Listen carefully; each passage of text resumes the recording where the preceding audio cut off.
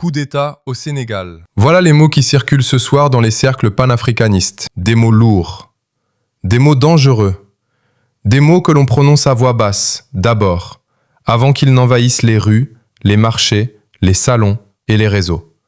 Des mots qui, sur ce continent, ont déjà changé le cours de l'histoire.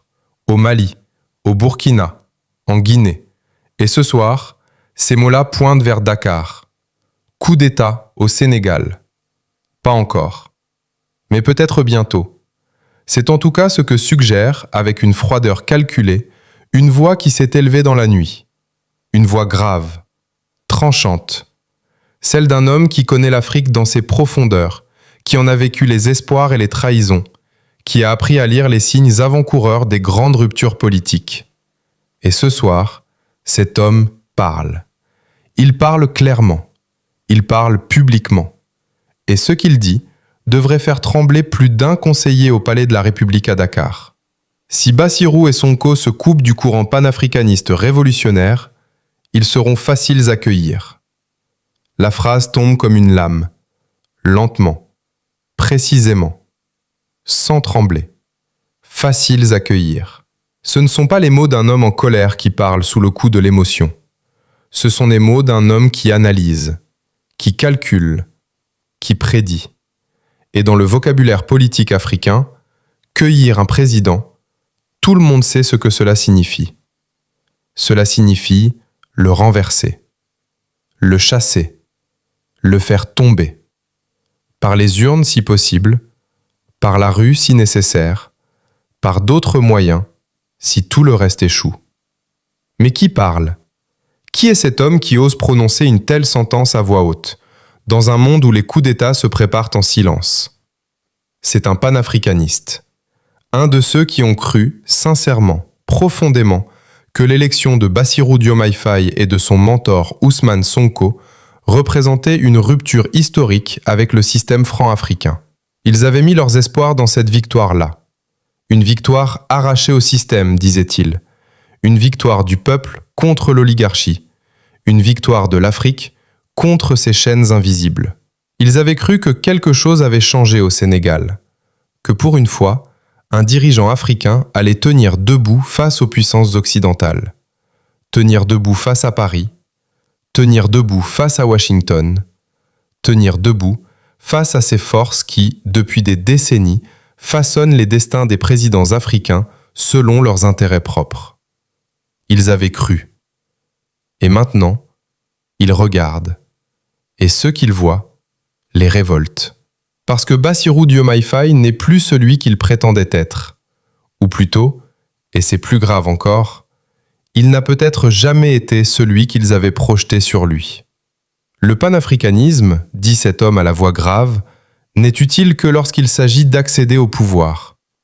Une fois le pouvoir obtenu, les beaux discours sur la souveraineté africaine, sur la dignité des peuples, sur la rupture avec le néocolonialisme, tout cela s'évapore, comme une brume matinale sous le soleil impitoyable de la réalité politique. Le pouvoir a ses exigences, et ces exigences, visiblement, sont les mêmes pour tous. La trahison a un visage, elle a une date, elle a un lieu. Abidjan d'abord, où Bassirou Diomaye Faye a prononcé des paroles jugées insultantes à l'égard de ceux qui, sur ce continent, se battent depuis des années pour une Afrique libre et souveraine. Des paroles légères, inconsidérées, arrogantes même, lancées comme on lance des miettes à des pigeons. Comme si la lutte panafricaniste était un folklore. Comme si ceux qui portent ce combat depuis des décennies, au prix de sacrifices immenses, n'étaient que des agitateurs sans substance intellectuelle. Ce jour-là, à Abidjan, quelque chose s'est brisé. Un lien, une confiance, une illusion peut-être. Et la voix reprend, plus dure cette fois. Vous vous moquez de nous. Mais vous êtes un petit frère. Et intellectuellement, vous êtes un cadet. Je suis obligé de vous le dire. Les mots sont choisis avec soin. Petit frère. Cadet. Dans la culture africaine, ces termes ont un poids particulier. Ils ne sont pas insultants en eux-mêmes, ils disent simplement une hiérarchie. Une hiérarchie de l'expérience, de la connaissance, du combat. Ils disent Tu n'as pas encore payé le prix que nous avons payé. Tu n'as pas encore traversé ce que nous avons traversé. Tu parles de lutte, mais tu ne sais pas encore ce que la lutte coûte vraiment. Et parce que tu ne le sais pas, tu commets des erreurs que ceux qui savent ne commettraient pas. Mais ce n'est pas seulement une question d'expérience, c'est une question de choix délibéré, conscient. Et c'est là que réside la gravité du moment, parce que Washington vient de tout confirmer. Washington, où Bassirou Diomaye Faye s'est rendu avec le sourire aux lèvres et la main tendue vers Donald Trump. Washington, où il a remercié le président américain pour son engagement en faveur de la paix dans le monde. Donald Trump, l'homme qui a ordonné des frappes sur les sites nucléaires iraniens. L'homme qui a accompagné Netanyahou dans le massacre de Gaza. L'homme qui traque les migrants en plein territoire américain, les expulse par charter entier, les traite comme des déchets humains que l'on rejette aux frontières du monde. Cet homme-là, Bassirou Diomaye Faye, l'a remercié pour son engagement en faveur de la paix. La voix se fait alors glaciale. Plus de colère, plus d'indignation, juste une froide lucidité. Vous avez rejoint le bloc néocolonial, le bloc impérialiste, et on vous combattra comme tel. Combattra. Le mot est important. Il ne dit pas critiquera. Il ne dit pas condamnera. Il dit combattra. Comme on combat un ennemi. Comme on combat une force adverse sur un échiquier géopolitique. Bassirou Diomaye Faye n'est plus perçu comme un allié qui s'est égaré. Il est désormais classé dans le camp d'en face. Et dans ce camp-là, les présidents africains ont une durée de vie politique limitée. Parce que les forces qui les soutiennent aujourd'hui peuvent les abandonner demain.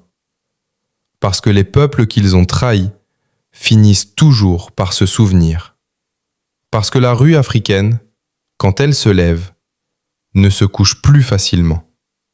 Et c'est là que l'avertissement prend toute sa dimension. Facile à cueillir. La phrase résonne différemment maintenant. Elle n'est pas seulement une prédiction politique abstraite. Elle est une description de mécanique. Une description de ce qui arrive aux dirigeants africains qui perdent leur base populaire, qui s'aliènent les forces vives de leur société, qui trahissent les idéaux qui les ont portés au pouvoir. Ces dirigeants-là deviennent vulnérables. Vulnérables au complot. Vulnérables au retournement d'alliance. Vulnérables aux hommes de l'ombre qui guettent le moment propice. Vulnérables, surtout, à leur propre peuple qui commence à murmurer, puis à parler, puis à crier. L'histoire du continent est pleine de ces moments. Ces moments où un président fort, applaudi, adulé, se retrouve soudainement isolé, où ses soutiens fondent comme neige au soleil, où ceux qui criaient son nom hier sont les premiers à réclamer sa tête aujourd'hui. Ce n'est pas une exception africaine. C'est la logique impitoyable du pouvoir politique quand il perd sa légitimité populaire. Et ce soir, dans les cercles panafricanistes, la légitimité de Bassirou Diomaye Faye est en lambeaux. La voix conclut, avec une solennité presque funèbre. J'avais déjà prédit que cet homme amènerait les Sénégalais de déception en déception. Tellement il est lâche. Tellement il est incapable d'assumer la vérité devant ses semblables. Dehors, Dakar dort encore. Les plages de la Corniche brillent sous la lune. Les marchés de Sandaga se préparent pour l'aube. Les enfants rêvent. Les mères prient. Le Sénégal respire, comme il a toujours respiré, avec cette dignité tranquille qui est sa marque propre depuis des siècles. Mais dans l'air, invisible et présente, flotte cette sentence lancée dans la nuit par une voix qui connaît l'histoire du continent par cœur. Facile à cueillir. Le Sénégal vient peut-être d'entrer dans une nouvelle séquence de son histoire politique. Une séquence dont personne, ce soir, ne connaît encore le dénouement, mais dont certains, déjà, on commençait à écrire les premiers chapitres, dans l'ombre, en silence, avec la patience de ceux qui savent que le temps, en politique africaine, finit toujours par donner raison aux plus déterminés. L'acte 2 appartient au peuple sénégalais. Coup d'État au Sénégal. Le mot circule encore. Il circule toujours. Mais ce soir, il ne vient plus des ruelles sombres de Dakar ou des salons feutrés de la diaspora. Il vient d'ailleurs. Il vient de plus loin. Il vient de Washington. Parce que c'est à Washington, sous les lumières éblouissantes de la Maison-Blanche, devant les caméras du monde entier, que le président sénégalais Bassirou Diomaye Faye vient de signer, sans le savoir peut-être, son propre arrêt politique. Pas avec une arme, pas avec un décret, mais avec des mots. Ses propres mots, prononcés librement, publiquement, solennellement. Et ce sont précisément ces mots-là qui ont déclenché la tempête. Le verdict vient d'être rendu. Les lumières de Washington sont belles. Elles brillent avec cet éclat particulier que seule la puissance impériale sait offrir à ses invités. Les costumes sont impeccables.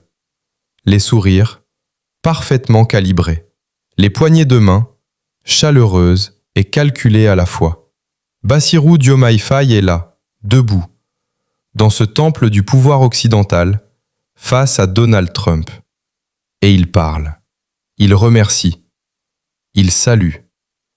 Il s'incline, diplomatiquement, poliment, avec toute l'élégance protocolaire que la situation exige. Le Sénégal se retrouve donc avec un président constitutionnellement légitime, mais affaibli, un Premier ministre en congé dont personne ne sait quand il reviendra, ni même s'il reviendra, un gouvernement paralysé, une population divisée entre ceux qui ont assisté au Terra Meeting et ceux qui regardent avec inquiétude cette dérive autoritaire déguisée en mobilisation populaire.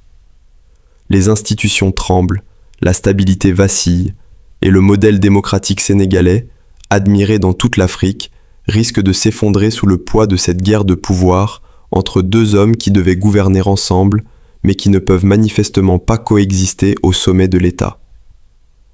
Alerte rouge sur un complot international pour renverser le président sénégalais. La Russie prépare un coup d'État contre le Sénégal, quand la crise interne ouvre la porte aux appétits géopolitiques externes. Le port de Dakar dans le viseur, le Mali comme base arrière, et un président affaibli face à une menace qui vient de l'extérieur. Alors que le Sénégal chancelle déjà sous le poids de sa crise politique interne, alors que le président et son premier ministre se livrent une guerre sans merci pour le contrôle du pouvoir, alors que les institutions vacillent et que la population est profondément divisée, une nouvelle alerte vient jeter l'effroi dans les cercles du renseignement et de la sécurité nationale. Une alerte qui, si elle s'avère fondée, pourrait transformer une crise politique en catastrophe géopolitique. Une alerte qui fait froid dans le dos et qui révèle à quel point un pays affaibli de l'intérieur devient vulnérable aux menaces extérieures. Coup d'État en préparation par la Russie contre le président sénégalais Diomaye Faye et sa famille. Ils visent le port de Dakar et opèrent actuellement depuis le Mali via leur service de renseignement extérieur.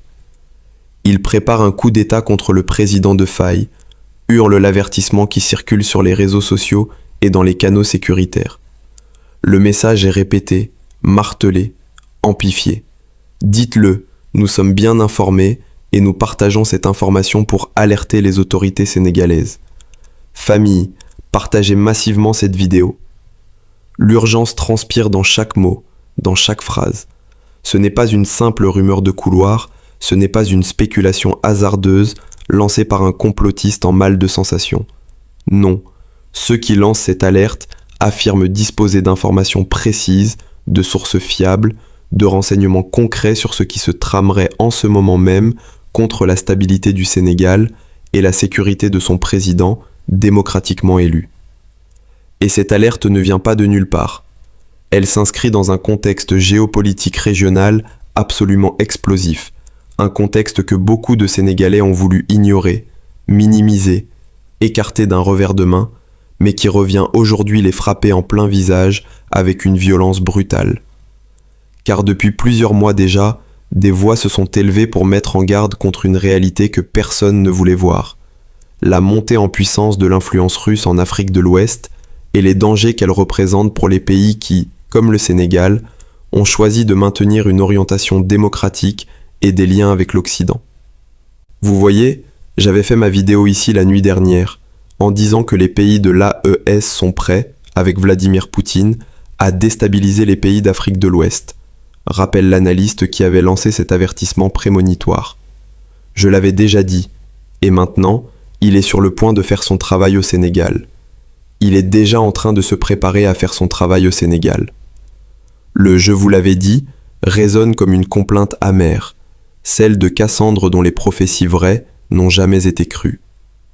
L'Alliance des États du Sahel, AES, cette nouvelle configuration géopolitique qui regroupe le Mali, le Burkina Faso et le Niger, 3 pays qui ont rompu avec la France, chassé les forces occidentales de leur territoire et embrassé une alliance stratégique avec la Russie via le groupe Wagner et ses successeurs, représenterait donc désormais une menace directe pour leurs voisins restés dans l'orbite démocratique et occidentale. Une menace qui ne serait plus théorique, mais bien réelle, active, en cours d'exécution. Oui, vous allez réaliser que vous prenez tout à la légère, vous prenez tout à la musulmane. Quoi, ce sont 3 pays de l'AES? Si vous ne voulez pas déstabiliser ces pays, ils vous déstabiliseront. C'est le vrai point qui est là, martèle le lanceur d'alerte avec une insistance désespérée. Le reproche est cinglant, presque cruel dans sa lucidité. Si vous ne voulez pas déstabiliser ces pays, ils vous déstabiliseront. La logique est implacable, presque darwinienne dans sa brutalité. Dans le nouvel ordre régional qui émerge, il n'y a pas de neutralité possible, pas de sanctuaire où se réfugier. Soit vous participez activement à contenir l'expansion de cette nouvelle sphère d'influence, soit vous en devenez la prochaine victime. Et le diagnostic devient encore plus sévère. Vous dormez trop, et vous avez dit, vous dormez trop sur votre position. Vous êtes toujours là assis en disant « Non, ce n'est pas nous, nous sommes accusés à tort, nous sommes accusés ». Cette critique vise directement l'attitude des autorités sénégalaises qui, selon l'analyste, refusent de voir la réalité en face, se cachent derrière une posture défensive, nient les menaces au lieu de s'y préparer activement. Car le piège se referme lentement mais sûrement. Là, maintenant, Poutine est en train de préparer son action contre vous maintenant. Il vous a endormi en disant que vous voulez les déstabiliser, alors qu'eux-mêmes veulent vous déstabiliser. La tactique est diaboliquement efficace. Pendant que les pays de l'AES et leurs alliés russes accusent le Sénégal et d'autres nations côtières de vouloir les déstabiliser, de comploter avec l'Occident pour les affaiblir, ils préparent en réalité leurs propres opérations de déstabilisation. C'est une projection classique, une inversion accusatoire qui permet de masquer ses propres intentions agressives en se présentant comme la victime. Je l'avais dit la nuit dernière. Oh, on parle juste. Ce que nous voyons, c'est ce qu'on nous dit, se lamente l'analyste face au scepticisme ambiant. Car c'est là le drame. Les avertissements sont lancés, les signaux d'alarme sont tirés, mais personne n'écoute vraiment. Chacun continue ses petites affaires, ses petites querelles politiques internes, pendant que la menace externe grandit dans l'ombre. Donc, si vous prenez tout à la légère, vous prenez tout à la rigolade ici, restez là, asseyez-vous. Vous pensez que les cadeaux de là-bas, ils s'amusent? Vous pensez que les cadeaux là-bas, ils s'amusent? La question rhétorique frappe comme un uppercut. Les cadeaux dont parle l'analyste, ce sont ces livraisons d'armes, ces promesses d'assistance, ces accords de coopération que la Russie multiplie avec les pays de l'AES. Des cadeaux empoisonnés qui créent une dépendance, qui achètent une loyauté, qui préparent le terrain pour des interventions futures. Ceux-là ne sont pas venus s'amuser avec vous. Ceux-là ne sont pas venus s'amuser avec vous, répète-t-il avec insistance, comme s'il cherchait à secouer une population endormie, anesthésiée par des années de paix relative.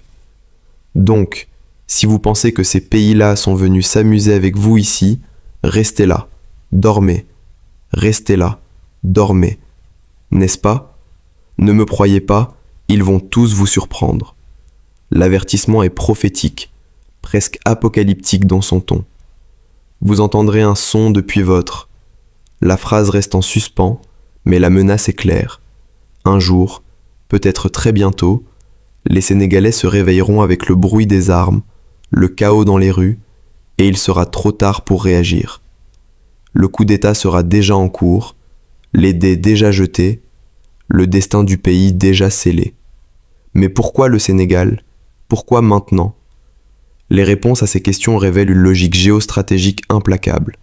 D'abord, il y a le port de Dakar, mentionné explicitement dans l'alerte initiale. Ce port n'est pas n'importe quel port. C'est l'un des plus importants de toute la côte atlantique africaine.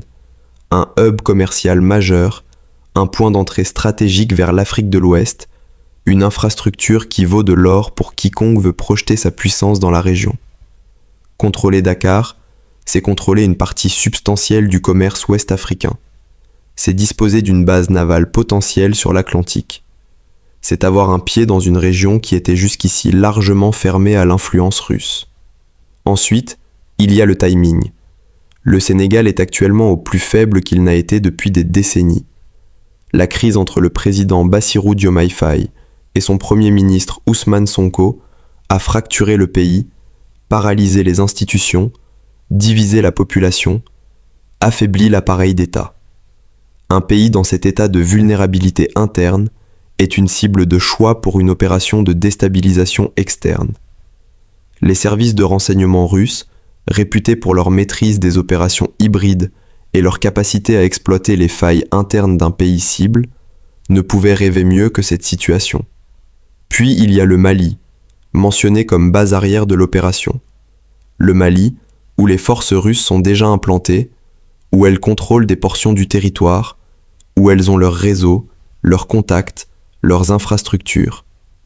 Le Mali qui partage une frontière avec le Sénégal, qui connaît les routes, les passages, les faiblesses du dispositif sécuritaire sénégalais. Utiliser le Mali comme tremplin pour une opération au Sénégal n'est pas seulement logique, c'est presque une évidence tactique. Et puis il y a la dimension idéologique. Le Sénégal représente tout ce que les nouveaux régimes militaires de l'AES rejettent. Une démocratie fonctionnelle, même en crise, des liens maintenus avec l'Occident, une presse relativement libre, une société civile active, refus de basculer dans l'autoritarisme sous couvert de souveraineté. Faire tomber le Sénégal, ce serait démontrer que le modèle démocratique n'est pas viable en Afrique de l'Ouest, que l'avenir appartient au régime fort soutenu par la Russie, que la page de l'influence occidentale est définitivement tournée. Le scénario d'un coup d'État au Sénégal pourrait suivre plusieurs chemins. Il pourrait s'agir d'un putsch militaire classique, avec des officiers pro-russes renversant le président, avec l'appui logistique de conseillers russes venus du Mali. Il pourrait s'agir d'une opération hybride, combinant des éléments armés infiltrés, une campagne massive de désinformation sur les réseaux sociaux et l'exploitation des divisions internes pour créer un chaos permettant à un homme fort de prendre le pouvoir en promettant de restaurer l'ordre. Il pourrait s'agir d'instrumentaliser Sonko lui-même, dont l'ambition de pouvoir et la rhétorique anti-occidentale pourraient en faire un allié objectif, conscient ou inconscient, d'une stratégie de déstabilisation. Car c'est là peut-être le plus grand danger, la confluence entre la crise interne et la menace externe. Un pays déchiré de l'intérieur est incapable de se défendre efficacement contre les menaces extérieures. Un président occupé à lutter contre son propre Premier ministre n'a ni le temps ni les moyens de contrer une opération de déstabilisation menée par une puissance étrangère. Une population divisée, dont une partie pourrait même voir dans un changement de régime une solution à la crise actuelle, devient le terrain idéal pour une révolution de couleur à l'envers, une prise de pouvoir déguisée en soulèvement populaire, mais en réalité orchestrée de l'extérieur. Les services de renseignement sénégalais sont-ils au courant ? Prennent-ils la menace au sérieux ? Ont-ils les moyens de la contrer ? Les forces de sécurité sénégalaises, réputées pour leur professionnalisme, sont-elles infiltrées ? Y a-t-il des éléments pro-russes dans l'armée, dans la police, dans les services de renseignement? Ces questions obsèdent désormais les analystes de la sécurité régionale. Et la communauté internationale, que fait-elle? La France, ancien colonisateur mais toujours allié stratégique, surveille-t-elle la situation? Les États-Unis, qui ont fait du Sénégal un partenaire important dans la région, ont-ils déployé des moyens pour protéger ce qui reste de leur influence en Afrique de l'Ouest? La CEDEAO, déjà affaiblie par le départ des 3 pays de l'AES, a-t-elle les moyens d'intervenir si un coup d'État se produisait? Ne me croyez pas, ils vont tous vous surprendre, résonne comme un glas funèbre. Car l'histoire récente de l'Afrique de l'Ouest est jalonnée de ces moments où tout le monde disait « ça ne peut pas arriver ici », et puis ça arrive. Le Mali était considéré comme stable, jusqu'au coup d'État. Le Burkina Faso avait renversé Compaoré et semblait sur la voie démocratique, jusqu'aux putschs successifs. Le Niger, partenaire privilégié de l'Occident dans la lutte antiterroriste, semblait protégé, jusqu'à ce que sa garde présidentielle renverse le président. Le Sénégal se croit différent, exceptionnel, protégé par son histoire démocratique, par sa maturité politique, par sa société civile vibrante. Mais c'est peut-être justement cette confiance excessive qui constitue sa plus grande vulnérabilité. Car pendant que les Sénégalais se déchirent sur la question de savoir qui, de Bassirou ou de Sonko, détient la vraie légitimité, d'autres forces, extérieures, patientes, méthodiques, préparent peut-être leur coup. Et quand il viendra, si ces avertissements sont fondés, il sera trop tard pour dire « nous ne savions pas ». Les signaux auront été là, les alertes auront été lancées, mais personne n'aura voulu écouter.